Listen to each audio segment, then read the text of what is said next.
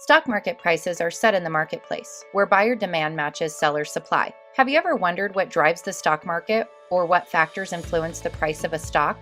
What may we anticipate for the stock market in 2022? Hello, this is Financial and Investment Wisdom, and I'm here to help you achieve financial independence.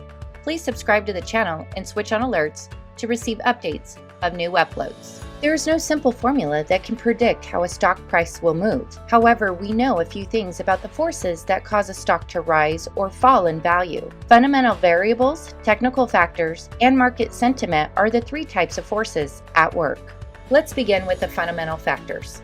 Fundamentals, which at their most basic level refer to a combination of two things, would influence stock prices in an efficient market. The earnings base, such as an earnings per share, EPS, and the valuation multiple, such as a PE ratio, are the first two. Earnings per share, EPS, is the owner's return on investment if they own common stock. You are purchasing a proportional share of a whole future stream of earnings when you buy a stock. That is why the valuation multiple exists. It is the amount you are ready to pay for a future stream of earnings. What, on the other hand, influences stock prices? Part of these earnings may be dispersed as dividends, while the rest will be held by the company for reinvestment on your behalf. The future earnings stream can be thought of as a function of both the existing earnings level and the predicted growth in the earnings base. Let's discuss the earnings base. Although we're using EPS to illustrate the concept of earnings base, there are other ways to calculate earnings power. Many people claim that the cash flow-based indicators are superior. One example is free cash flow per share, which is used as a substitute for earnings power. The method for calculating earnings power may differ depending on the sort of organization being studied. Many industries have their own set of measurements that they use. Funds from operations, for example, is a particular measure of earnings power used by real estate investment trusts. Dividends per share, which represent what the shareholder receives, are frequently used to evaluate somewhat mature companies. Then there's the valuation multiple. The valuation multiple is a way of expressing future expectations. It is fundamentally dependent on the discounted present value of future earnings streams, as previously stated. As a result, the two most important factors are the earnings-based predicted growth. Second, a discount rate is a number that is used to determine the present value of a future stream of profits. A higher growth rate results in a larger multiple, while a higher discount rate results in a lower multiple. Let's discuss the technical factors. It would be simpler if stock prices were determined solely on basic factors. External conditions that affect the supply and demand for a company's shares are referred to as technical factors. Some of them have an indirect impact on the fundamentals. Economic expansion, for example, has an indirect effect on earnings growth. The following are some technical considerations. Inflation. Inflation is a big driver from a technical standpoint, and as we indicated before, as an input into the valuation multiple. Low inflation has historically had a strong adverse relationship with values. Low inflation drives high multiples, and high inflation drives low multiples.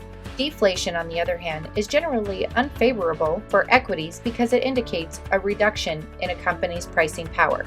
Market and peer economic strength. Stocks of companies tend to mirror the market and their sector and the industry counterparts.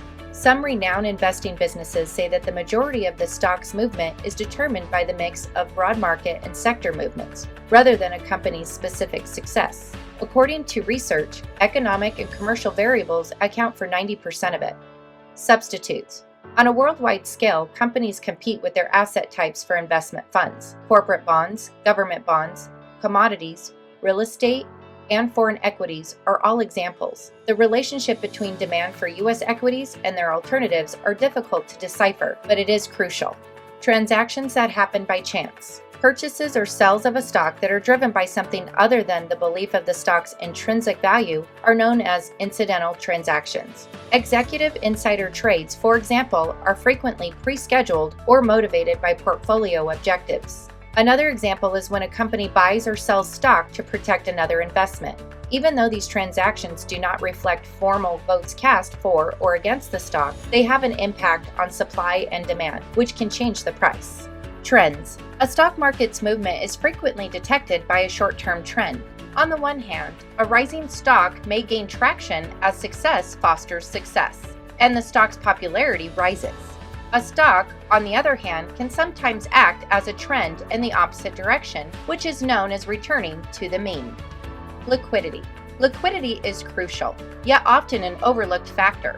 It refers to the amount of an investor interest in a particular stock. The stock of Walmart, for example, is extremely liquid and thus quite responsive to major news. The stock of an ordinary small cap company is not.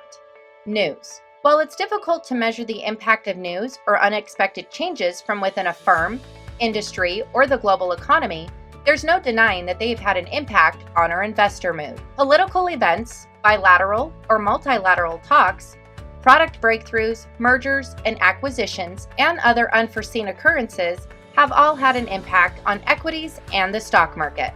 Because securities trading takes place all over the world and markets and economies are interconnected, news from one country can have an almost immediate impact on investors in another. Let's discuss the market sentiment presently. The psychology of market players, both individually and collectively, is referred to as a market sentiment. This is the most perplexing category. Market sentiment is frequently subjective, skewed, and stubborn. For example, you may make a sound assessment about a stock's future growth possibilities, and the future may even validate your predictions. But the market may myopically focus on a single piece of news, keeping the stock artificially high or low in the meanwhile. It's also possible to wait a long period in the hopes that other investors will recognize the fundamentals. Hey there, pal. Before we talk about the predicted trends for 2022 stock market, please make sure to hit the thumbs up button and feel free to share your thoughts in the comment section below. Will the bull market continue?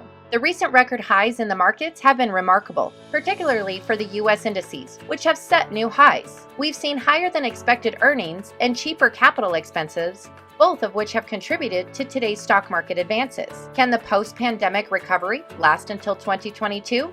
We've had some difficult months with the realization that inflation will remain stubbornly high for longer than we imagined, and central banks turning more hawkish, said Piers Curran, Managing Director of Amplify Trading. We've reached the pinnacle of the Delta version. In the United States, stock indices are hitting new highs. The record highs will continue, according to Kathleen Brooks, founder of the Minerva Analysis, as long as central banks do not slam on the brakes. We have almost 60 days of record highs in 2021, so that's not unusual, Brooks told Capital.com. But of course, everything has to fall.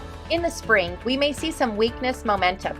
If things continue as they are, we will see some pullback. However, not everyone shares this viewpoint. According to Chris Harvey, head of equity strategy at Wells Fargo Securities, Wall Street will have a strong year end, but things will calm down in 2022. You're going to push stocks to a point where they can't go any higher. We will have stock market meltdown. In a recent interview with CNBC, Harvey stated, "We'll bring stocks to a level where the fundamentals and valuations don't sustain them."